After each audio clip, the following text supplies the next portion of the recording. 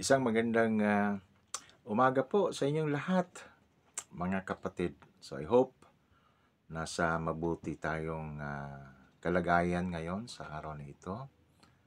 At nawa ay napakaganda po ang atin pong gising sa umagang ito.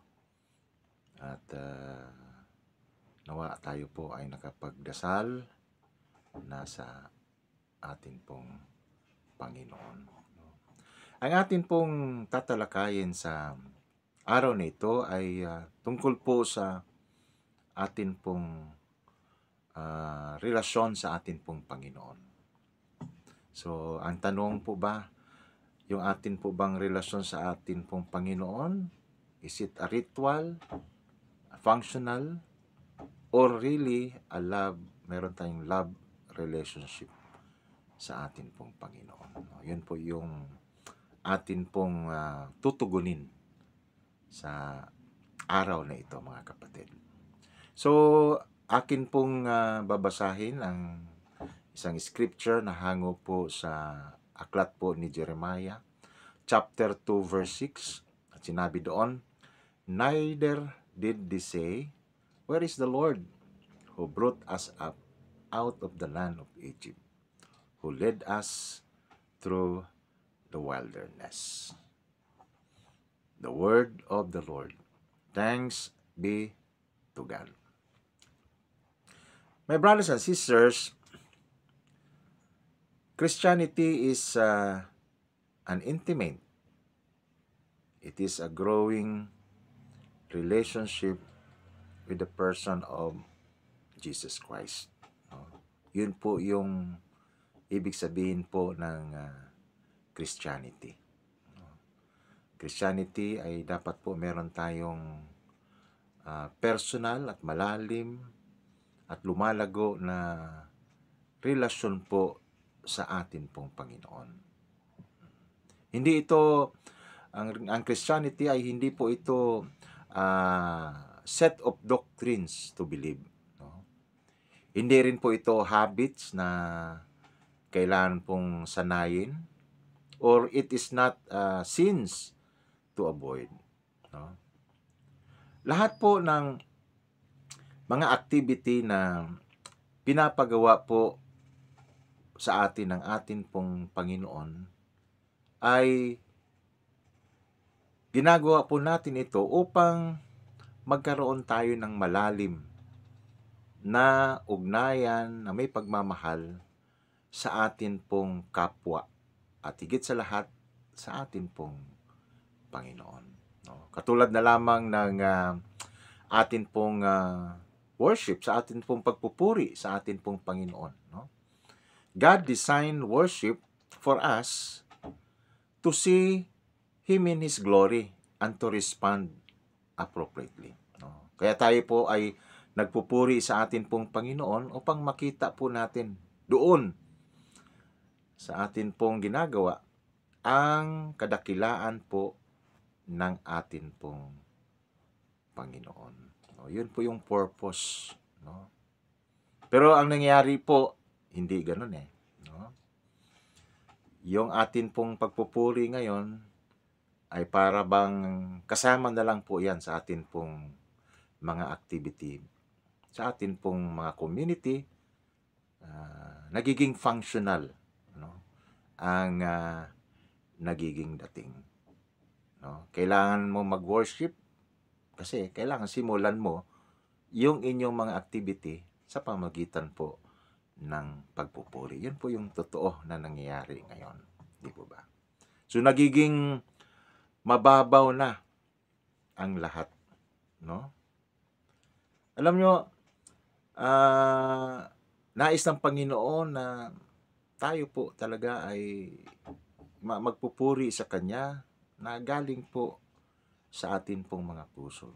Nais ng Diyos na yung Kanyang mga kinapal ay makapag-express no, ng kanila pong pagmamahal sa Kanya. Pero nababaliwala po natin. Hindi po natin ito ngayon nagagawa. No? Ang nangyayari nga po ay nagiging functional na lamang po ang lahat. No? Katulad na lamang sa panalangin, no? God always tell us na kailangan yung manalangin. Kailangan yung magdasal. No? God gave us prayer so we could have a conversation with Him. Yun po yung totoo. No? Pero ang nangyari po, tayo po ay nagdarasal, pero ang tawag po natin sa atin pong mga dasal ay parang saying prayers lamang po. No? Nagmamadali po tayo. No? At hindi natin pinapakinggan kung ano po yung sinasabi po ng atin pong Panginoon. Nagiging functional nga ang dating. Kailangan mong magdasal kasi tatanungin ka eh. Kung ikaw member, tatanungin ka ng leader, do you have personal prayer time? Of course, para hindi ka mapahiya, kailangang magdasal ka. Pero, ang nangyari nga is parang, ano na lang, kumbaga sa ano ay ginagawa mo ito, para pag tinanong ka, meron kang isasagot na, opo, nagdarasal po ako.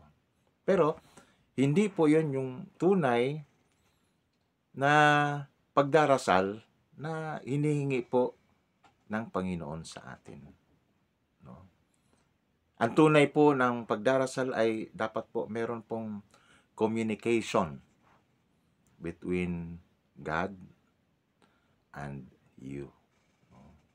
Dapat pinapakinggan mo ang Diyos kung ano man yung Kanya pong sinasabi. Of course, ang Panginoon naman ay nakikinig sa atin. So, pag sinasabi natin communication, dalawa yun. No? Nakikinig at yung nagsasalita. So, dapat nagsasalita ka, nakikinig ang Diyos, ganon din po dapat. No? Nagsasalita ang Diyos, makikinig ka. Sayang lang, no? Ito mga gawain na ito ay pinapagawa ng Diyos sa atin. Sapagkat nais nga ng Diyos na magkaroon tayo ng malalim na ugnayan sa Kanya. Nais ng Diyos na anuman yung mga problema natin ay maisusumbong natin sa Kanya at magiging dependent tayo sa Kanyang karunungan upang tugunin yung kalutasan po ng atin pong mga problema. Hindi naman masama po yung religious activity, hindi po masama. No? Pero once that the religious activity apart from the fellowship with God, sa totoo lamang po, it is empty. It is an empty ritual and your relationship with God will become shallow, mababaw. Yun po yung nangyari doon sa kapanahunan ni Jeremiah. During the time of Jeremiah, the people were satisfied to have a ritual without the manifest of the presence of God. No? Ginagawa po nila yon. No? Kasi parang nagiging ritual na lamang po. No? And they become so comfortable with their religion that they didn't even notice God's absence. At nakakalungkot sapagkat kung ano man yung nangyari noon sa kapanahonan ni Jeremiah, abay, nangyayari din po yan sa atin pong panahon. No? Hindi po natin sa lahat po ng atin pong mga activities, siguro mayroong mga iilang mga activities na nafe-feel natin ang presence ng ating pong Panginoon. But mostly, siguro, mga activities po natin ay parang nagiging functional na. Kailangan mong umattend sa household kasi nahihiya ka na hindi umattend. Kailangan mong umattend sa chapter prayer assembly kasi hahanapin ka kasi leader ka eh. So nawawala yung purpose kung bakit ka dumadalo sa household, dumadalo sa chapter prayer assembly. Sapagkat ang layunin dapat dyan ay, of course, gusto mong pasalamatan ang Diyos kasama ang inyong mga kapatid. Kaya ako dumadalo sa chapter prayer assembly, it is because you want to listen to the Word of God, sa mga experiences ng inyo po mga kapatiran, upang matuto ka. Pero somehow, parang naging mababaw na nga. No? Kaya ako umattend, it is because kailangan, kasi hahanapin ka. So nagiging functional na po ang lahat. No? Kaya sa totoo lamang po, no? It is possible to pray, it is possible to attend worship service, or to give an offering, yet the experience and presence of God is absent. Wala. No? So, posible lahat yan. Posible lahat yan na magiging sinasabi mong successful yung mga gawain. Sabihin mo, kasi maraming dumadalo. Pinapapunta mo maraming mga members mo sa isang activity because magiging maganda ang inyong chapter, inyong unit, no? Mas marami kayong umaten.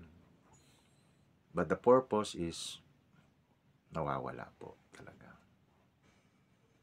So mga kapatid, don't settle for a religious life that is lack of vital relationship with Jesus Christ. Ngayon, bagong taon na, mga kapatid. So, kung ganun ka, dati, last year, ngayon, bagong taon, siguro, pilitin nating baguhin ang lahat. No? Dumadalo tayo sa household, dumadalo tayo sa chapter prayer assembly, dumadalo tayo sa mga activities ng ating community. It is because you need to experience God doon po sa mga activity na yon. Alam niyo po, kung naranasan po natin yung presence po talaga ng Panginoon sa atin po mga activity, sa totoo lamang po, hanap-hanapin po talaga natin yon. So always aim na kapag ikaw ay dumalo sa mga gawain po natin, always aim that you can experience the presence of God.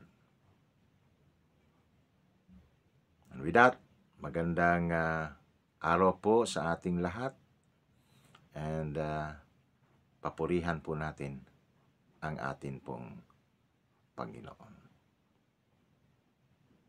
Amen.